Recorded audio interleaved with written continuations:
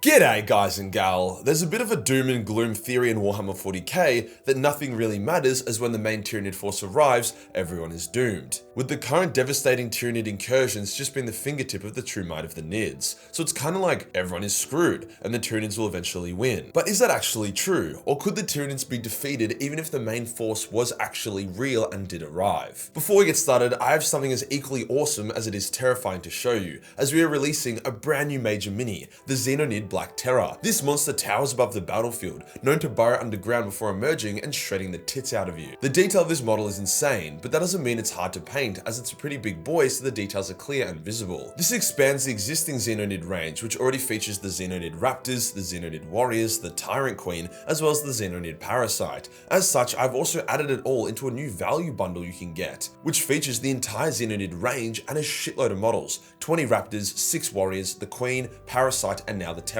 So 29 models in that one bundle with a shitload of savings compared to if you were to buy it by itself. So go to majorminis.com.au to pick up the Black Terror, the new Xenonid bundle, or any of the other major minis, like Ra, the King Orc, Shark Daddy, and so on. Today we'll analyze all potential in-law solutions to the Tyranid problem, checking out weapons, technologies, and strategies that could permanently defeat the Nids, even if the theory regarding the true scale of the invasion is true. Let's get into it.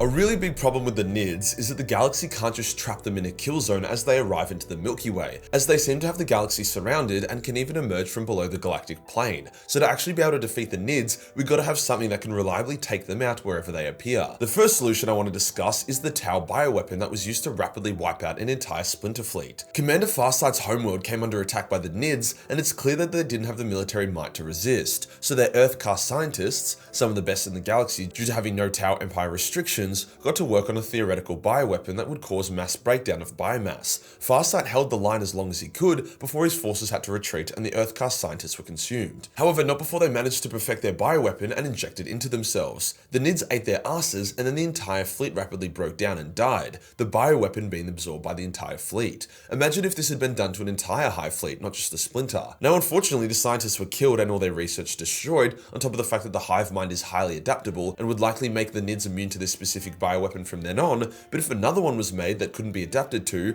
all we would need to do is inject a few guardsmen with it and let them defend the worlds against the Nids. It would be like Russian roulette for the Nids, who'd be shitting themselves. We could even make a vaccine that was widespread, that triggered the bioweapon when it came into contact with Tyranid genetics, meaning the Nids could literally not eat anyone in fear of losing entire hive fleets. In a similar vein to this, the Tyranids are vulnerable to Nurglite chaos plagues. They tried to eat a Nurglite world once and it ended horrifically for the Tyranids. So if Nurgle is able to cook up some Tyranid plagues, that could go a very long way in stemming the tide and knocking the Nids down. Sure, the Nids would adapt and become immune, but Nurgle can always create new plagues. Each time the Nids adapt to something, they require ever so slightly more effort and biomass to create. So if they have to fortify their immune system against a shitload of god plagues, then they would have less overall troops, so it is a bit of a double whammy. The issue would be getting Nurgle to leave everyone else alone and focus on the Nids, which he won't do as the Nids are extremely hardy and difficult to infect, so he gets a lot more bang for buck infecting humans. Speaking of getting Nurgle to be a team player, if all of the factions of 40k united against the Nids, they really wouldn't stand a chance. The galaxy has managed to repel and beat countless Nid invasions, all while taking them on as warring divided factions. The few times that the Imperium and Tau, or Imperium and other Xenos have teamed up against the Nids, it's been an absolute dumpster. There are examples in the lore of how hard the Tyranids get fucked whenever two different factions unite against them, as they are unable to adapt to both enemies at the same time. For example, when the Imperium and the Tau united, the Nids couldn't adapt to resist both plasma as well as laser as well as ballistic weapons combined with the two contrasting strategies, so they were torn to shreds. Likewise, when the Orcs and Imperium teamed up against the Nids, the Tyranids couldn't handle the way the Imperium would soften them up from afar with artillery, whilst the Orcs charged in and crushed them. So you take these examples and scale them up to the galaxy, making a team effort,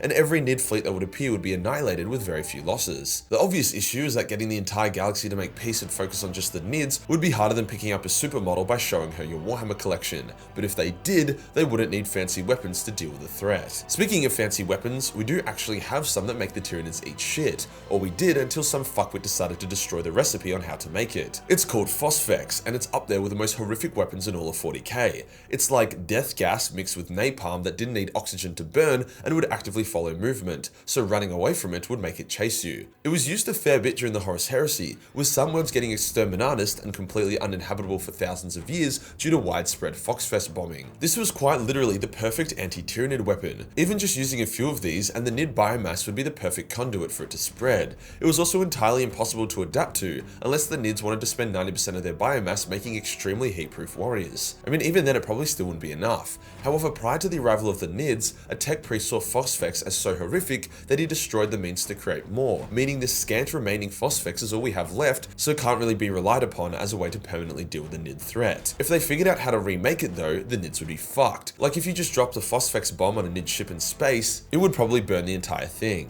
A more wholesome method of beating, or at least stalemating the Tyranids, which is a win in itself to be honest, is terraforming lost worlds. The Tyranids only eat the biosphere, leaving most of the planet intact. The mechanic has recently figured out that a full restoration of a Tyranid consumed planet was not only pretty easy, but actually wouldn't take that long. So the Nids could be stalemated by the constant terraforming of consumed worlds. Obviously this isn't the best solution, but sometimes the best solution isn't available. These next ideas are a bit more on the spicy end, so I hope you have your milk ready. The hive mind is a psychic creature that needs the warp. It can be interacted with, attacked, and potentially even killed. When the Great Rift opened, the psychic backlash actually knocked out the hive mind for a bit and required it to do a hard reboot. During this time, the Tyranid armies fell into disarray and either attacked each other or were easy pickings for the other races. A Tyranid without a link to the hive mind is just a dangerous animal, as if an army of wolves were fighting the United States military, so psychically attacking the hive mind to knock it out before key engagements or even kill it would be a great solution. Methods include doing crazy shit with the Orc War, using strange old one Xeno devices that blast the warp in certain areas, reverse engineering a blank to do some weird blank shit, or more reliably, the Silent King expands the Pariah Nexus, creating a null zone that the Tyranids cannot enter without going feral. Sure, the hive mind could adapt and create super powerful synapse creatures that can control a Tyranid force and act as a mini hive mind, but the Necrons already slapped the Nids pretty hard, so having to go in at a disadvantage wouldn't go so well for them. If the Necrons expanded the Pariah Nexus to nullify the entire galaxy, then the Nids would barely be able to enter at all, as well as the fact that the flesh and blood races would die off, starving the Nids. If the Necrons achieved galaxy-wide warp nullification, the Nids would be forced to give up on the Milky Way and go elsewhere. Another more direct route would be for the Emperor to ascend to become the Dark King, the Chaos God of Ruin, and direct his might towards the hive mind. The Dark King was said to be more powerful than even the Chaos Gods, and would have wiped the galaxy clean of life, so directing that power at the hive mind would mean that the Dark King could probably most likely just kill the Tyranid's soul, leaving countless Tyranids feral and without a means of reproducing in mass or coordinating. Their fleets would drift apart or tear each other to shreds. Now the drawbacks here are pretty obvious. The Dark King would now exist and he isn't a very friendly guy, so this would be a bye-bye galaxy moment. But hey, the video is entitled Can the Tyranids be beaten, and everyone else survives and sings Kumbaya. It's all just about beating the bugs at all costs. The most boring answer, which is also what the galaxy is currently doing anyways, is to fight long and fight hard against overwhelming odds until either the Nids see the galaxy as a biomass bin and will be better off elsewhere, or if you're lucky, the Tyranids aren't this massive mega force and the Nids in the Milky Way represent most of the Tyranid strength, in which case just fighting on should eventually result in victory. After all, each Tyrannic war has ended in the near extinction of the Nids, who are only able to rally due to the new hive fleets arriving. To be honest, a true victory of the Nids would just be a combo of everything. A Tau bioweapon here, a Nogolite plague there, a Galactic bug spray STC gets rediscovered, the Elder and Necrons team up for once. It'll be a lot of awesome lore moments sprinkled throughout 40k that will keep the Nids at bay. The reality is that the Nids can't actually lose so as long as 40k exists or the Tyranid range exists. Just like how the Nids can't win because that would be turbo boring and also bring 40k to an end. But plot armor and business aside, there is a shitload of ways the Tyranids could be permanently defeated,